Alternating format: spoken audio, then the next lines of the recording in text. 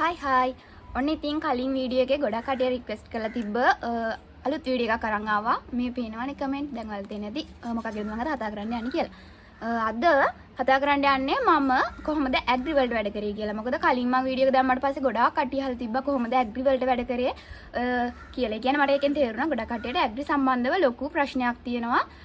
මොකද ඒක පොඩ්ඩක් අනිත් අපේ ටෙක් වල තියෙන අනිත් සබ්ජෙක්ට් දෙකට වැඩිය පොඩ්ඩක් ටිකක් බරපතලින් යනවා. මොකද ඒක අර මේ බයෝ සබ්ජෙක්ට් එකත් එක්ක යන හින්දා ඉතින් කට්ටිය අහලා තිබ්බ එකට මම උත්තර දෙන්නම්. මම කොහොමද ඉතින් ඇග්‍රි වලට පාඩම් කරේ කියන්නේ මම ඒකත් බෙදාගෙන තමයි පාඩම් කරේ.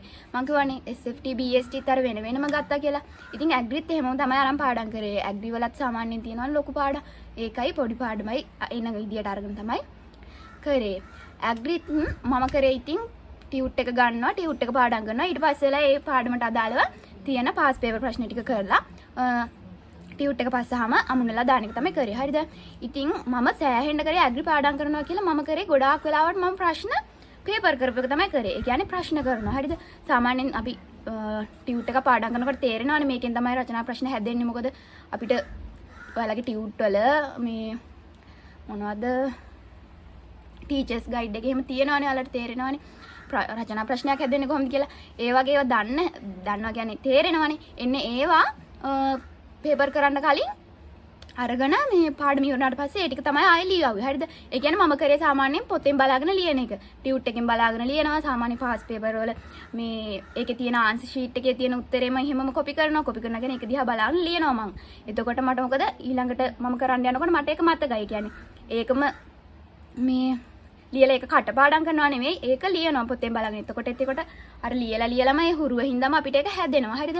ඉතින් ඊට පස්සේ ආය ඔයාලට කියන්නම් ලියන විදිය රචනා ප්‍රශ්න ලියන විදිය ගොඩක් අයට ප්‍රශ්නයක් දෙනවානේ. අපි එකටම අපි දැන් ඇග්‍රි ගත්තොත් අපි එක ප්‍රශ්නයක් ආවත් අපි ඒ ප්‍රශ්නය මේ එකටම මොකද්ද ප්‍රශ්නේ අහලා තියෙන්නේ කියලා බලන්න ඕනේ. ඊට පස්සේ ප්‍රශ්නේ අපි එයාලට විස්තර කරන්න ඕනේ. ඒ කියන්නේ මහා ලොකු හැල්ලක් නෙවෙයි සාමාන්‍ය රූල් දෙකක් විතර යන විදියට පළවෙනියට මේ අහන ප්‍රශ්නේ අපි විස්තර කරන්න ඕනේ. දැන් මේ පසේ ව්‍යුහය හඳුන්වන්න කියලා අපිට සාමාන්‍යයෙන් આવත් අපි එකටම කරන්න ඕනේ පස කියන්නේ මොකක්ද කියන එක හඳුන්වන්න ඕනේ. ඊට පස්සේ තමයි අපි ඒකේ කරුණු ටික කරුණු 8ක් සාමාන්‍ය මට මතක විදියට 8ක් අරගෙන ඒක අපි ලියලා ඒ ටික අපි විස්තර කරන්න ඕනේ. සාමාන්‍යයෙන් 8ක් කිව්වට 8ක්ම බලාපොරොත්තු වෙන්නේ නැහැ. එක එක ප්‍රශ්නවල තියෙනවා. සමහර ඒ වගේ නෑනේ. ඉතින් ඒ අහන ගාන ඔයාලගේ පාඩම් කරනකොට තේරෙනවානේ 5ක්ද 6ක්ද අහන්නේ කියලා. එතකොට ඒ ගන්න ලියන්න ඕනේ. එහෙම ගත්තම ඊට පස්සේ ඒ කියන්නේ ඒ කරුණ ඔයාලා විස්තර කරන එකත් මේ මහා ලොකු හැලි නෙවෙයි ලියන්න ඕනේ. ඒකත් රූල් දෙකෙන් තුනෙන් ලියලා දාන්න ඕනේ. මොකද අපිට පැය දෙකක් නේද? පැය දෙකට මේ රචනා ප්‍රශ්න 12ක් ලියන්න ඕනේ. ඕනේ. මතකද යාළුවෝ ඉන්නවා එයාලගෙන් අහන්නේ. හරිද? මේ පැය දෙකට රචනා ප්‍රශ්න 12ක් ලියන්න ඕනේ. එතකොට ඉතින් අපිට තේරෙනවානේ හැලි ලියලා ඉන්න වෙලාවක් නෑ. අපි ප්‍රශ්නේ කෙටියෙන් ලියලා දාන්න ඕනේ ඉක්මනට ඊළඟ ප්‍රශ්නෙට යන්න ඕනේ. නැත්නම් අපිට 12ම ලියා ගන්න බැරි වෙනවා. එතකොට ඊට පස්සේ ආය ඇග්‍රි වල දැන් මට ලේසි වුණා සාමාන්‍යයෙන්. මොකද මම BSTත් එක කරේ. BST ඇග්‍රි දෙකම සාමාන්‍යයෙන් එකම දේ තමයි දෙකේම තියෙන්නේ. උනාට ඇග්‍රි වල ගැඹුර වැඩි BST වලට වැඩි. එතකොට මම පාඩම් කරේ. ඉතින් ඇග්‍රි තමයි BSTත් එක යන්නේ. මම කරා පේපර් නා සෑහෙන්න කරා. හරිද? පේපර් කරන හින්දා තමයි මම නම් හිතන්නේ ලියා ගන්න පුළුවන් වෙන්නේ. මොකද පේපර් එකක් නේ අපි අන්තිමේට එක්සෑම් එකේදී ලියන්නේ. ඉතින් අපි පේපර් කරලා යන තරමට අපිට ලේසි. මොකද වෙන්නේ අපි එකට හුරු වෙනවා. ඔයාලට කියන්න තියෙන්නේ පුළුවන් නම් අඩුම අවුරුදු 5ක නෙවෙයි. අපි කීයද බං 2019 ඉඳලා 2019 ඉඳලා සාමාන්‍යයෙන් අපිට යන්නේ අලුත් සිලබස් එක. එතකොට අපි ඒ ටිකේ ඉඳලා ඒ පේපර් ටික අඩුම 5 පාරක් හරියට ඒ කියන්නේ හරියට 5 පාරක් කරලා ගියා නම් ඔයාලට ලොකු මේ කොටසක් පේපරේ ලියා ගන්න පුළුවන්. මොකද සාමාන්‍යයෙන් ඇග්‍රි කියන්නේ ගොඩක් පාරණ විෂයක්. ඉතින් ඒකේ ඔයාලට සාමාන්‍ය පාස් පේපර් කරද්දි තේරෙයි. මොකද එන්නේ මේ එකමයි. ඒ කියන්නේ ගිය අවුරුද්දේ ආපු එක මේ පාර ඇවිල්ලා තියෙනවා. ඔයාලා පොඩ්ඩක් පාස් පේපර් කරද්දි බලන්න ඒක ඔයාලටම තේරෙයි. මොකද්ද ගිය පාර ආපු ප්‍රශ්නෙම තමයි මේ පාරත් ඇවිල්ලා තියෙන්නේ කියලා. ඒ කියන්නේ සමහර පාඩම් තියෙනවා ඒ සමහර ප්‍රශ්න තියෙනවා ඒවා මේ අවුරුදු ගාණක් එක දිගට ආපු ප්‍රශ්නත් තියෙනවා.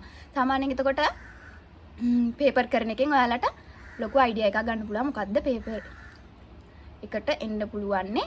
ඔයාලට හොඳට ලියා ගන්න පුළුවන් වෙන්නේ මොන වගේ ඒවාද කියලා. ඊට ඉතින් මම ඔයාලට කලින් වීඩියෝ එකක් ගේන්න හිතන් හිටියේ. හිතනවා වගේ නෙවෙයි. ඉතින් කැම්පස් ආවම අපි වැඩ එක්ක බිසි වෙනවා. හිතන දේ වෙන්නේ නැහැ. වෙන දේ හිතා ගන්න බෑ වගේ තමයි වෙලා තියෙන්නේ දැන්. හරිද? ඉතින් අද නිවාඩු අපිට. අර බදාද රජේ නිවාඩු දවසක් කරපු හින්දා තෙල් ප්‍රශ්නේ හින්දා නැත්තම් ඉතින් අදත් ලෙක්චර්ස් තියෙනවා. ඉතින් ඒක හින්දා තමයි අද වීඩියෝ එකක් ගේන්න හිතුවේ. මොකද ගොඩක් අය ඉල්ලුවා මොකද යාලට මේ තව මාස 4කින් 5කින් 4 වගේ තියෙන පොඩි කාලයක් තියෙන්නේ. ඒක හින්දා යාලට පාඩම් කරගන්න ඕනේ හින්දා කොච්චර වැඩ තිබ්බත් ඉතින් වීඩියෝ එකක් දාන්න පටන් ගත්තා. ආය ඔයාලට තියෙන ප්‍රශ්න ඇග්‍රී පේපර් තමයි ඉතින් ඔය වගේ කරේ. දැන් ඔයාලට අර මම එදා කියපු කතාවත් ගොඩක් කඩේට තේරිලා තිබ්බේ නෑ. මොකක්ද අර බෙදාගෙන පාඩම් කරනවා කියපු වැඩේ. ඒ කියන්නේ තමයි මෙහෙමයි. SFT වල මම ඒ කියන්නේ ඔයාලට හිතෙනවා ඇති දැන් විෂයන් තුනෙන් ටියුට් 3 ගත්තම ටියුට් 9ක් පළ එක දවසකට ටියුට් 9ක් පාඩම් කරන්න පුළුවන්ද? එහෙම ලොකු ප්‍රශ්නයක් තමයි මං හිතන්නේ ඔයාලට එන්න ඇත්තේ. හරිද? ඒ කියන්නේ එහෙම නෙමෙයි. හරිද? දැන් මං අද තමයි හරියට පාඩම් කරන්න පටන් ගන්නෙ. එතකොට මම SFT BST ඇග්‍රී කියන පාඩම් තුනෙන් ටියුට් 3ක් ගත්තා කියන්නකො. ටියුට් 3 නෙවෙයි. ටියුට් දැන් 9ක් කිව්වනේ මං කියපු විදිහට සාමාන්‍ය. ඒ 9 අදම පාඩම් කළ ඉවර කරගන්නේ මේ සතියේ නෙවෙයි. මේ සතිය වෙනකොට මම ඒකේ කොටස් හරි පාඩම් කළා. අර ටියුට් එක සාමාන්‍ය ඉවර කරනවා පාඩම් කළා. ඊට පස්සේ ඊළඟ සතිය පටන් ගන්නවානේ. එතකොට සාමාන්‍ය දවසට ටියුට් 9ක් පාඩම් කරන්න පුළුවන්. මොකද අපි අරක පාඩම් කරලා තියෙන්නේ. එතකොට අපිට අර ගොඩ ඒකට වෙලාවක් යොදවන්න ඕනේ නෑනේ. පාඩම් කරලානේ තියෙන්නේ. එතකොට අපිට සාමාන්‍යයෙන් එකේ බලාගෙන යන්න තියෙන්නේ. එහෙම තමයි මම ඔයාලට කිව්වේ. ඒ වගේ සති 3ක් කරොත් ඒ වගේ ටියුට් එක සති 3ක් අපිට නිකම්ම කිරවෙනවා කියලා. මේ එක ගොඩක් කට්ටියට තේරිලා තිබ්බේ නෑ. ගොඩක් කට්ටිය ඉන්බොක්ස් එකටත් මෙසේජ් දාලා තිබ්බා. අර බෙදන වැඩේ කියනකො අකි තේරුන්නේ නෑ මෙහෙමයි කියලා. හරිද? මේ ආයේ තියෙන ප්‍රශ්න නම් ගොඩක් අහලා තිබ්බා. එකම වීඩියෝ එකෙන් මට ඒවා ගේන්න විදියක් නෑ. මම ඔයාලට වීඩියෝ ගේන්නම්. ඉතින් ඒක අහපු පිළිවෙල මොකද මම මේ වීඩියෝ එක දාන්න හිතුවේ අර තව මාස 4යි තියෙන ගොඩාක් කට්ටිය කමෙන්ට් දාලා තිබ්බා. ඉතින් අර පෙන්නුවේ ඒ හින්දා තමයි වීඩියෝ එක දාන්නේ. ඉතින් ආය ඔයාලා පේපර් කරනකොට ඔයාලට දැනේ. හරි දැනේ කියන්නේ තේරෙනවා පේපර් ගොඩක් කරගෙන යනකොට අපි මොනවටද වැඩි අවධානයක් දෙන්න ඕනේ. මොන පාඩම් වලින්ද සාමාන්‍යයෙන් සෑහෙන්න ප්‍රශ්න එන්නේ කියලා. සාමාන්‍යයෙන් මම රස්නේ ළමයි මෙහෙට මොකද්ද වැඩි හරියක් එන්නේ මොන වගේ පාඩම්ද කියලාත් ඔයාලට ප්‍රශ්න එන්න පුළුවන්. මං කියන්න සාමාන්‍යයෙන් මේ වැඩියෙන් එනවා. මගේ මේ රූම් එකේ ඉන්නවා. මං ඔයාලට කිව්වේ එයා කළා දෙනවා. ඔයාලට පොඩ්ඩක් ගෙන්නන්න. ඔයාලත් එක්ක කතා කරලා බලන්න ඕනද කියන්නේ කියලා. හරිද? මේ වැඩි හරියක් එන පාඩම්. සාමාන්‍යයෙන් පස වගේ පාඩමකින් ගොඩක් එන්න පුළුවන්. හරිද? ප්‍රශ්න හැදෙනවානේ. පස ආයෙ මොනවද? පලිබෝධ පාඩම. ඉක්කොන් පාඩමෙන් ප්‍රශ්නයක් අනිවාර්යෙන් එනවා. මේ ඒක ඔයාලට පේපර් කරනකොට තේරෙයි මොකද්ද මේ අවුරුද්දට සාමාන්‍යයෙන් එන්න පුළුවන් වගේ දෙයක් අයිඩියා එකක් ගන්න පුළුවන්.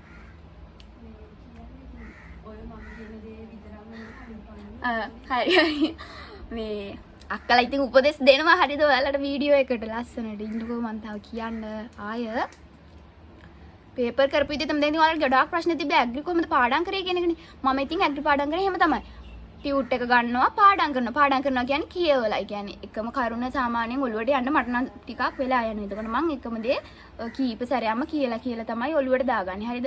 එහෙම කරලා පේපර් ලියපු එක තමයි සෑහෙන්නම කරේ. ඇග්‍රි පාඩම් කරනවා කියලා කරපු දෙයට කියන්නේ ඉතින් එකපාරක් ටියුට් එක පාඩම් කරනවා. ඊට පස්සේ ඒ පාඩමෙන් කරේම පේපර්ස් කරන එක තමයි. හරිද? පේපර් කරනකොට ඉතින් කොහොමත් ඉතින් නිකම්ම හැදෙනවා. මොකද ඒවා මේවම ඉතින් ලියන්න තියෙන්නේ. එතකොට ආය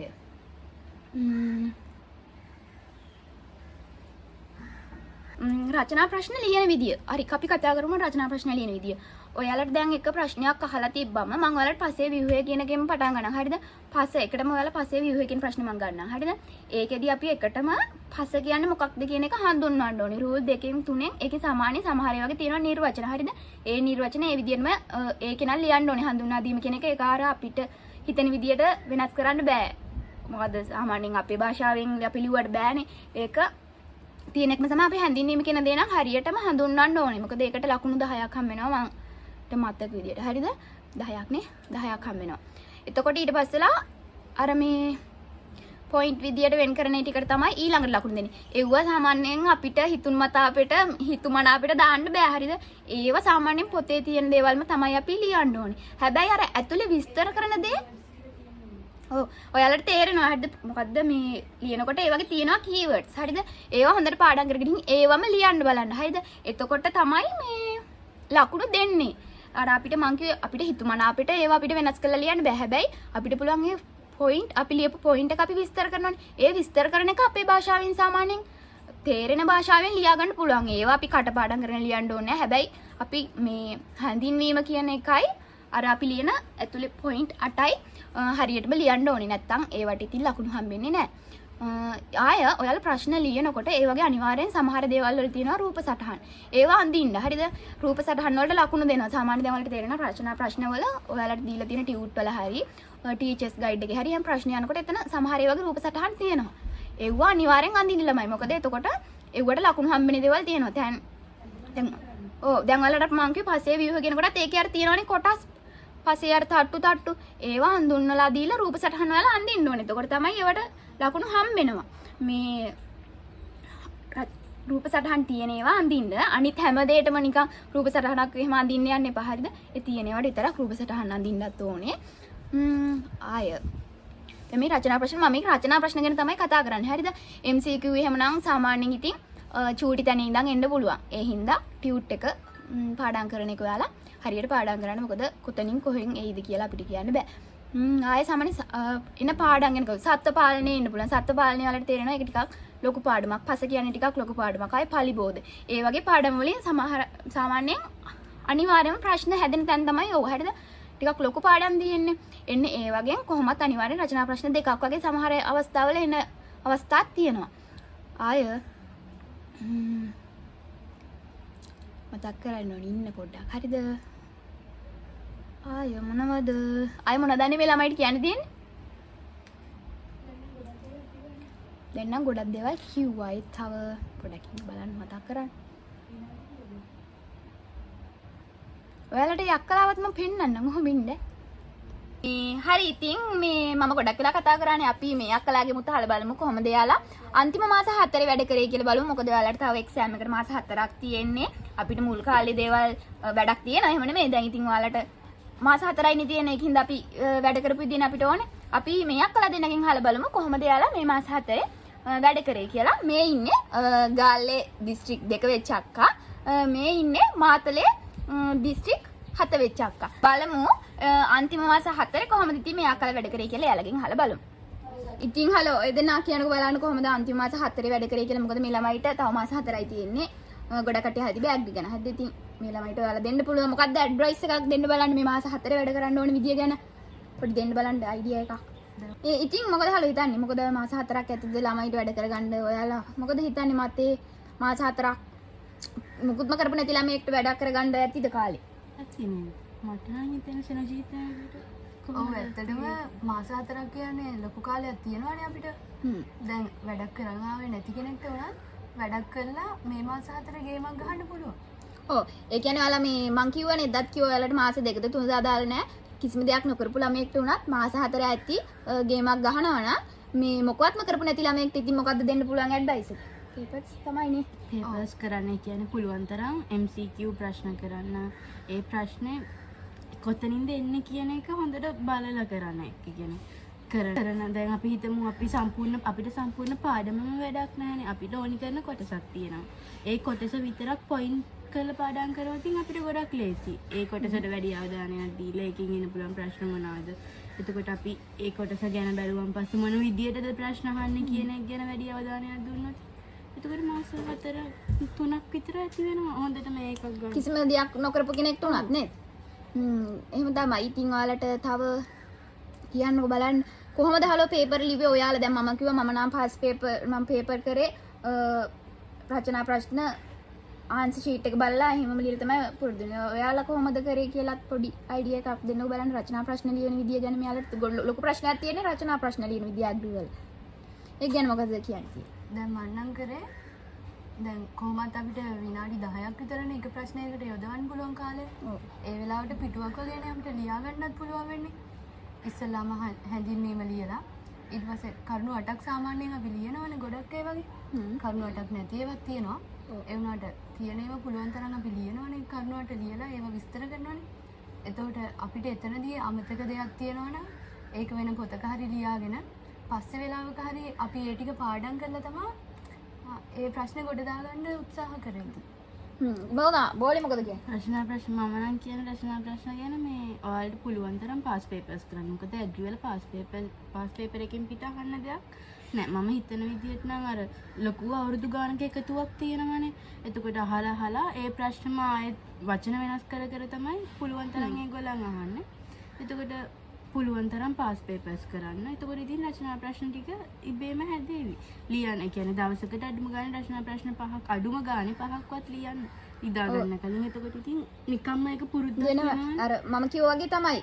අපි පේපර් කරන්න මොකද ඒ ප්‍රශ්නෙම තමයි පාස් පේපර් වල නම් ආයෙ එන්නේ අවුරුදු වල නේද ආවිලි. ඒ කියන්නේ පරණ සබ්ජෙක්ට් එකක් නේ ඇග්‍රි කියන්නේ. එතකොට අහපු දේ ඒකෙන් පිට අහන්න දෙයක් දැන් නම් ඉතුරු වෙලත් නැහැ. ඉතින් ඔයාලා හරියට පාස් පේපර් ටික කරොත් ඒ ටිකම තමයි රිපීට් වෙවි ආයෙ එන්නේ නේද? එහෙම තමයි ඉතින්. ඔයාලට තව මොනවද කියන්නේ? අර කරුණ කටපාඩම් කරන්න යන්න හොඳ නැහැ. අර කරුණ අපි හරියට පොයින්ට් දැන ඒ කියන්නේ හරියම කරුණ දැනගන්න. තියෙනවා සමහර ඒ වගේ වචන. මේ එතකොට අපි විස්තර කරද්දී ඒකම ආයෙ විස්තර කරනව නෙමෙයි ඒක පැහැදිලි කිරීමක් කරන්න ඕනේ. අන්න ඒකනේ මම කිව්වේ කරුණ ඔයාලා අපේ ඒ කරුණ අපේ භාෂාවෙන් ලියලා බෑ. ඒක අනිවාර්යෙන් පොතේ තියෙන දේ අපි ලියන්න ඕනේ. කරුණ ඇතුලේ තියෙන දේ අපිට කැමති විදියට වෙනස් කරන්න පුළුවන්. ඒ කියන්නේ ඒකට ගැලපෙන්නත් ඕනේ ඉතින්. දැන් මේ පොල් ගහගෙන අහලා අඹ ගහගෙන ලිව්වා වගේ නෙවෙයි. ඒක අදාළ දේ විදියට ඒකේ විස්තරයක් තියෙන්න ඕනේ. එතකොට ඒක ඒ ප්‍රශ්නේ බැලන්ස් කරගන්න පුළුවන්. ආයෙ මොනවද කියන්න තියෙන්නේ ඉතින් මේ මාස 4 වැඩ කරන ළමෙක්ට ඇති ඉතින් හොඳටම නේද ස්ට්‍රෙස් වෙන්නේ නැතුව මේ මාස 4 වැඩ කරන්න කියලා තමයි කියන්නේ. කියන්න තියෙන්නේ. ඒක තමයි ඔයාලට කියන්න තියෙන්නේ. ඔයාලා දැන් තව මාස 4 ඉතින් බොරුවට ස්ට්‍රෙස් වෙන්න බෑ. අපි එපා කිව්වට ඒක පොඩ්ඩක් තියෙනවා. ඉතින් නැත්තේ නෑ. ඒ වුණාට මේ මහා ලොකුවට ගැඹුරෙන් එච්චර හිතන්න යන්න එපා. හරිද පාඩම් වැඩ ටික හරියට කරගෙන ආවනම් බය වෙන්න දෙයක් නෑ. මම නම් කියන්නේ ඉතින් අන්තිම කාලේ තියෙනවා ඇති පේපර් කරන්න. පාස් පේපර් කරන්න මේ මාස 4 නෑ නේද? පාස් පේපර් ඇග්‍රි වල වැඩිපුර පාස් පේපර්ස්. පාස් පේපර් තමයි ඇග්‍රි වල නම් ඉතින් අපිට කරන්න දෙන්න තියෙන හොඳම ඇඩ්වයිස් එක. පාස් පේපර් කරන එක තමයි. මොඩල් පේපර්ස් දැන් අන්තිම කාලෙ වෙද්දී එවනවනේ අමාත්‍යාංශ වලින් පේපර්ස් ඒවා අනිවාර්යයෙන්ම හොයාගෙන කරන්න. පළාත් පේපර්ස් එහෙම කරන්න. පළාත් 9 පේපර්ස් ටික් කරලා යන්න පුළුවන් නම් ගොඩක් හොඳයි. අන්තිම වාරේට දෙන පේපර්ස් එක නේද? ඔව්. තමයි කියන්න තියෙන්නේ. ඉතින් ඔන්න ඉතින් ගොඩක් කරන්න කියලා තමයි මේ මාස 4 කියන්නේ. කියන්නේ අපිට ඔක්කොටම ඉතින් කියන්න තියෙන්නේ අපි අන්තිම මාස 4 කරේ පේපර්ස් කරපු එක තමයි. ඔයාලට කියන්න ඉතින් දැන් අන්තිම මාස 4 ඊට වැඩි අපිට ලොකු ඇඩ්වයිස් එකක් දෙන්න විදියක් නැහැ. පේපර්ස් කරන්න කියන එක තමයි අපිට ආයෙ ඉතින් ඔයාලට කියන්න තියෙන්නේ. මේ මාස 4 ඉතින් පාඩමුත් කරගෙන යන ගමන් ගොඩක් කරන්න ඕනේ සාමාන්‍යයෙන් අපි පේපර්ස් තමයි ඉතින්. ඉතින් ඔන්න අද ඇග්‍රි ගොඩක් කට්ටිය අහපු ප්‍රශ්නයකට වීඩියෝ එකක් අරන් ආවා. ඔයාලට දැන් මේක ඉතින් IT ළමයි බලන එකක් නැති වෙයිනේ. IT සම්බන්ධව තක්කලා ඉන්නවා මේකේ. අපිට ඔයාලට ප්‍රශ්න තියෙනවා නම් කතා කරගන්න. ඔයාලට ඕනේ මොන වගේ වීඩියෝද කියලා කමෙන්ට් එකක් දාගෙන යන්න. දැන් ඉතින් හිතනවා වගේ නෙවෙයි වීඩියෝ කරන්න හරි අමාරුයි. ඒ වුණාට පුළුවන් හැම වෙලේම වීඩියෝස් අපි දාන්න බලන. අද ඉතින් අපිට ෆ්‍රී ඒකයි වීඩියෝ එකක් දැම්මේ. හරි එහෙනම් ඉතින් හිතනවා ඔයාලට මේ මාස 4 ඇති ගේමක් ගහගන්න. ඉතින් පාඩම් කරන්න. ඒක තමයි කියන්න තියෙන්නේ. එහෙනම් ඉතින් ඔයාලට හොඳට එක්සෑම් කරගන්න හැකියාව ලැබෙන්න කියලා කියන ගම අද වීඩියෝ එක ඉවර කරනවා. මාව සබ්ස්ක්‍රයිබ් කරලා නැති කට්ටිය සබ්ස්ක්‍රයිබ් කරන්න. දන්නේ නැති යාළුවන්ටත් වීඩියෝ එක ෂෙයා කරන්න. ඉතින් කැම්පස් එකේ වීඩියෝ ඉස්සරහට බලමු. එහෙනම් ඉතින් අදට ගිහින් එන්නම්. බයි බයි. බයි. එන්න ඉන්නවා. රූම් එකේ ඉන්නක් කළා. හයි කියන්න. ඔන්න ඉන්නවා එක්කෙනෙක්. හයි කියන්න. කොහෙන්ද බලන්න. හයි. හයි. ලොකු අක්කා අපේ රූම් එකේ ලොකු අක්කා මේ